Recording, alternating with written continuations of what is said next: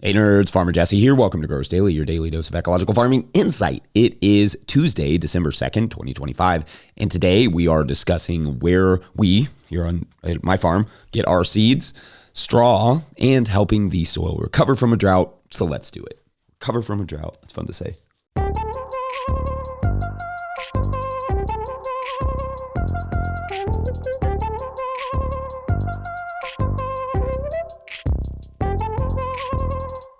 All right, everyone, welcome to Tilth Tuesday. Every Tuesday is brought to you by our friends at Tilth Soil, and it's officially their pre-sale season for 2026. So check that out at tilthsoil.com/farmers to get a pretty sweet deal on potting mix for next season. Link will be in the show notes. Obviously, my voice is still on vacation for some reason, but I am here in body and spirit, and so we will jam on. Also, we got our first snowfall of the season this week, so that's fun. I know I talked about this a little bit last year, but snow is an excellent insulator, and I appreciate when it drops a light layer of frost protection over the whole farm. I'm good with that. It's a lot easier than me doing it. I didn't do a whole lot of, let's say, interesting stuff yesterday of note, at least not farmy stuff. I did some work on some house projects, the details of which I won't bore you with, but things that were satisfying to me at least. That will probably be a lot of the next month or so. I've also got a new project for Sayer that they asked me to do that will hopefully benefit all of our listeners. So that'll be free, and that will be, I have no idea when it will be done, but when it's done, it will be awesome. So I look forward to getting work on that. And yes, for now, that's all I'm going to tell you, but it will be cool. Oh, and Happy Giving Tuesday. No-Till Growers is a 501c3, so please don't forget about us this giving season and this Giving Tuesday. It just helps us to grow this mission of keeping farming information like this free and open to anyone and everyone in the world. You can hear more about how to do that and get that sweet end of the year tax break in the show notes. We thank you very much. All right, so straw mulch. Let's talk about it.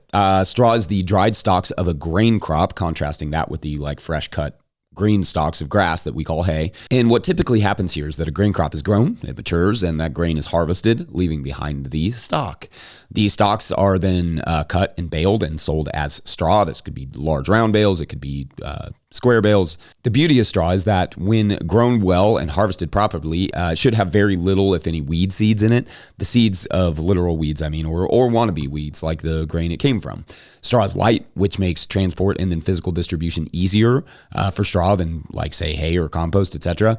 Straw is also light color-wise, which makes it good for cooling the soil. Then, of course, it does a really nice mulchy job covering the soil, holding it, holding the moisture in, holding the soil in place, all the things. It can blow around a bit, especially after it's first laid out, but the decomposition will lock the straw in place pretty well and relatively fast. Now, on the cons side, because straw is the dried stalk of grain that is fully senesced, straw contains very little in the way of nutrients. It's basically just carbon because many of the nutrients it once contained are now jammed inside of those little seeds that it made, which is one reason seed meals make an excellent fertilizer. Just it's got lots of nutrients in it. Also on the con side, well, the volunteer weed seed thing, that's obvious one.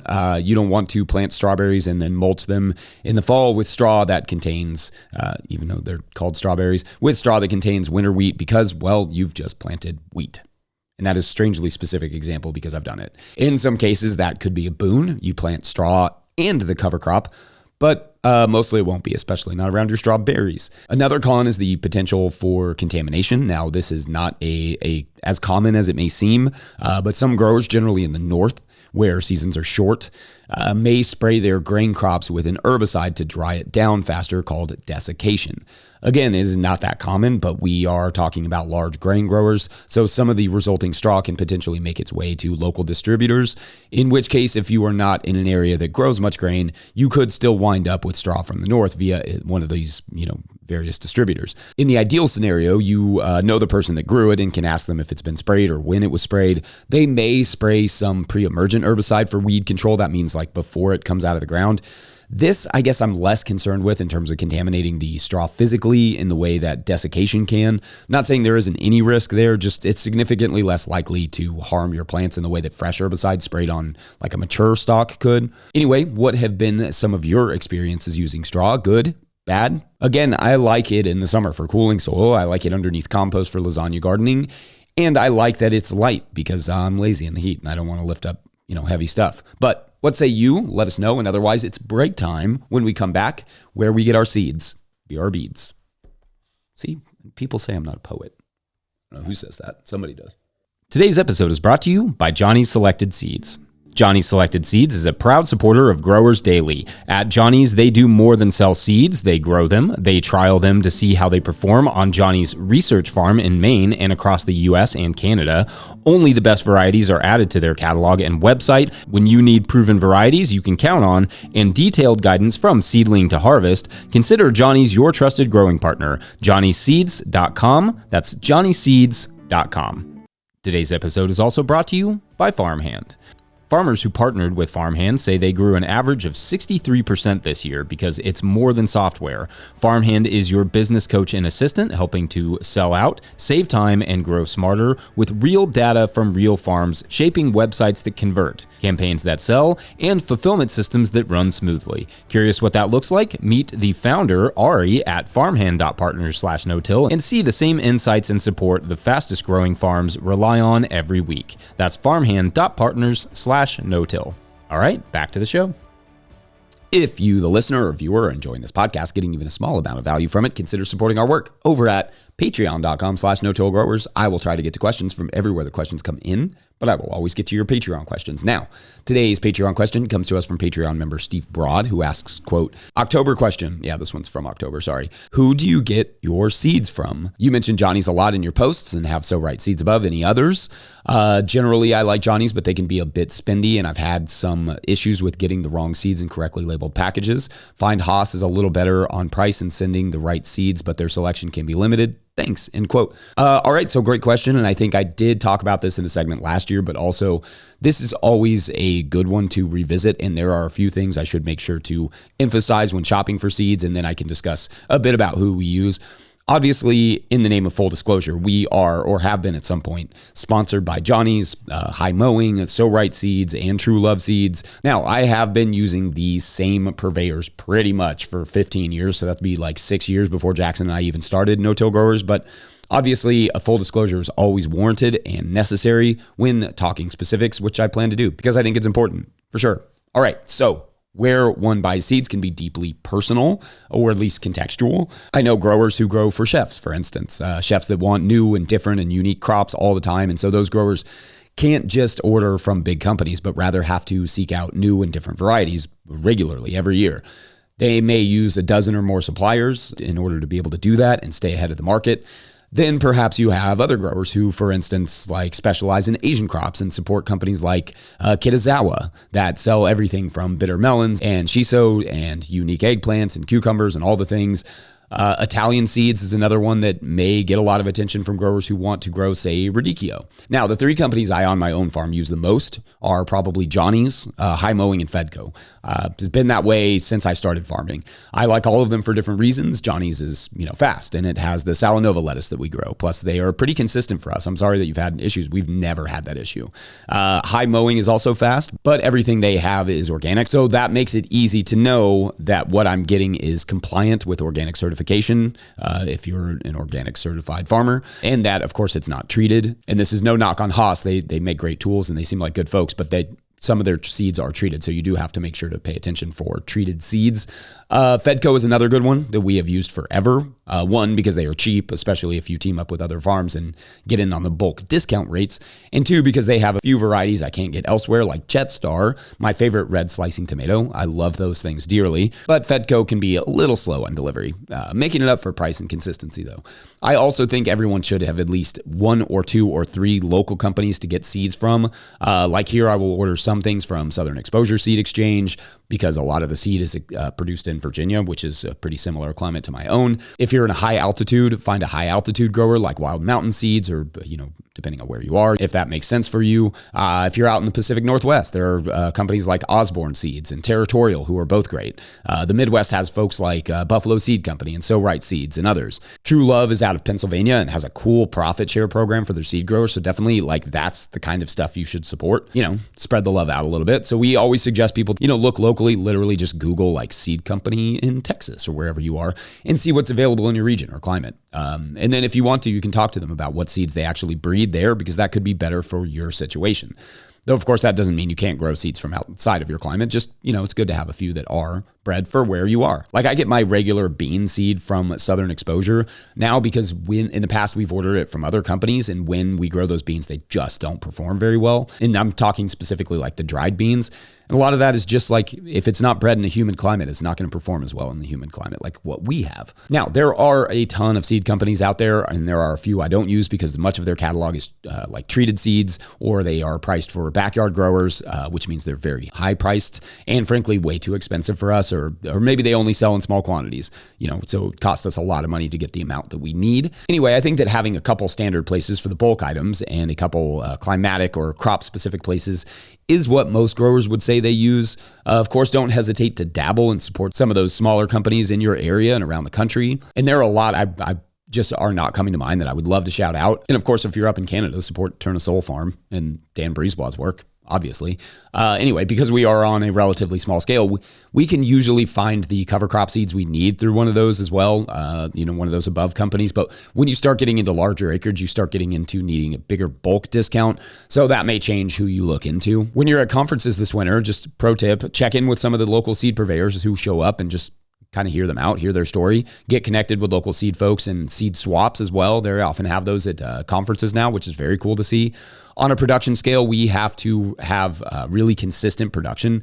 But if you've got some room to play, by all means, do a little playing. I'd love to hear from others in other countries and see who you all use. Anyway, I hope that was helpful. And I will get to your sweet corn questions perhaps closer to sweet corn time, Steve. But thank you. And next, we are going to turn our attention to recovering the soil after a drought. Be right back. Today's episode is brought to you by FarmRaise. Still struggling with your balance sheet? Your lender's asking for a balance sheet and you're stuck with a spreadsheet mess or guessing your numbers? FarmRaise Tracks takes the stress out of farm finance. With one click, you can generate an accurate, up-to-date balance sheet that shows your assets, liabilities, and equity. No accounting degree required. You'll be ready for loan applications, tax season, or just a clearer picture of where your farm stands. Join thousands of farmers using Tracks to build stronger businesses. Get 20% off with code NOTIL20 at farmraise.com for the lifetime of your membership. All right, back to the show. All right, so because I'm officially behind on our Patreon questions, and because that last one was from October, but we're going to get caught back up starting today. So we're going to take a second Patreon question today, which is from the gardening nutritionist who writes, quote, "Hi, Jesse. Love the show and learned so much from your book. My question has to do with what to do to help raised garden beds recover from months of extreme drought. I'm not sure how all of that affected our soil microbiome. We garden using no-till as close to organic practices as possible. One bed is 14 plus years old, while others are only a year. We had too much water until mid-June and then next to nothing until mid-October. We're on a well, so watering was minimal using rainwater. We had stored and olas in some beds. We made choices about what got water and what was on its own. Our garden is in New Hampshire, zone 5A, so we're at the end of growing season. Is there anything I should do now or in the spring? Thanks." End quote. All right. Thank you. Good question. First, bummer about the drought. Our year was a year of extremes as well, where we had nothing but rain until like July, followed by nothing like rain until September. So at least to some extent, I feel ya. Okay, so effectively, how does a drought affect soil health and what can you do about it? According to the research, of which there's a lot on this particular subject, so obviously I did not look at all of it, but generally speaking, the kind of themes that are spread throughout this research is during extended droughts, microbial biomass decreases, so stuff dies in other words, and or becomes less active. It's not procreating, to use the family-friendly word. Enzymatic activities decrease as well, which makes sense because microbes need water to do their thing, like basically every living organism. Carbon dries up and available nutrients, in particular nitrogen and phosphorus, decline as well. In short, when the soil dries out, the microbial and nutritional bank dries up a little bit. Now, it can be recovered, of course, because soil is amazing. But there are really two things to consider here: recovery and also preparation. In terms of recovery, some compost and a good cover crop can go a long way. Compost is going to bring in micro critters and the habitat that they need to live in and replace some of the lost nutrients. And the cover crop is going to tie it all together and increase the life and available nutrients, all of it. However, in your climate, that may be tough at this point. Obviously, like we're we're probably too late for you to plant much of anything. It's probably snowing up there or icy. So perhaps just start thinking about incorporating the best, highest quality compost that you can in the spring. Now, even if you didn't do that, the soil would still likely rebound well with good soil practices, but good compost will certainly help. Also, in that compost, add some inoculated biochar for housing and also just general soil resiliency. Microbes will appreciate that. Resiliency is really the word that keeps coming to mind here for me. Whenever we talk about these practices, but farming in general, the thing that we need to always have in our minds is resiliency. Droughts or torrents of rain, it is largely the same practices that lead to protection for both. So that would be mulching, incorporating compost, using cover crops, if at all possible, or at least keeping the soil as planted and undisturbed as much as possible, right? Following our soil health principles. I like this question because it feels in some ways like everything I talk about on this channel is aimed at addressing this exact inquiry. Also, the water. You need to aim to store more of it for dry times. Plan for the worst, hope for the best, right? That's a good motto for any farm or garden or world. I think the olas or ollas, as I think it is properly pronounced, are an interesting touch. Not something I've ever used, but I like the ingenuity there. And certainly on a small scale, having some sort of bucket or a container slowly saturating the soil is a cool emergency, irrigation option if you have the means. But can you store more water in larger tanks? Can you dig a small pond, another well? Maybe not, and that's okay. Later this week, I will discuss some tips for dry farming because we talk about them for a little bit in tomorrow's interview, but I wanted a few days to kind of sit and really think about what tips and tricks we actually use for dry farming. Anyway, I think that's it for this Tilt Tuesday and Giving Tuesday, because don't forget, No-Till Growers is one of those nonprofit 501c3s, so donations are tax deductible and greatly appreciated on Giving Tuesday or any Tuesday. Please make sure to like and subscribe and or follow wherever you're getting this podcast. That's an easy way to help us out as well. Enormous thank you to all of our show sponsors. And if you'd ever like to sponsor the show, you can reach out to Farmer Michelle at no-tillgrowers.com. Huge shouts to Willie Breeding for the theme music, Mike Hilbert for the production help and editing, and also to my wife, Hannah, for everything in the world. Also, shouts to Epidemic Sound for the background music that you can hear. Pick up a hat or a copy of my book, The Living Soil Handbook, at no-tillgrowers.com to support our work. Big thank you to everyone over at patreon.com/no-tillgrowers, where at a certain level, or if you just bump up from one level to another, or you sign up in the month of December, you get a shout on the show. So big shout outs today to Nick Weiland. Nick Weiland, good name. And shouts to Nick for keeping the story going, because as you will remember from yesterday's story, that our heroine this week, Madeline, has this idea for a one-woman show that can be acted out specifically in movie theaters. Like, it doesn't need a stage. And this is part of an attempt to save some of the many cool movie theaters out there in the world, but also an attempt to get some older actresses more work, and also just like thumbing our nose at AI, because we don't need more AI stuff. Anyway, for a full year, she works on this, and then she puts this call out, actresses needed, must be 45 years or older, and et cetera, et cetera. The kicker, of course, is that she is going to fly all of these actresses out to Vegas for training. Then the show would begin shortly thereafter, and that show, the opening night, I guess, is for tomorrow on Who's Washed Up Now. At least that's what Madeline wants to call it. She's not going to, but that's what she wants to call it, especially after the reviews start pouring in. Anyway, thanks for watching and or listening. We will see you then. Bye.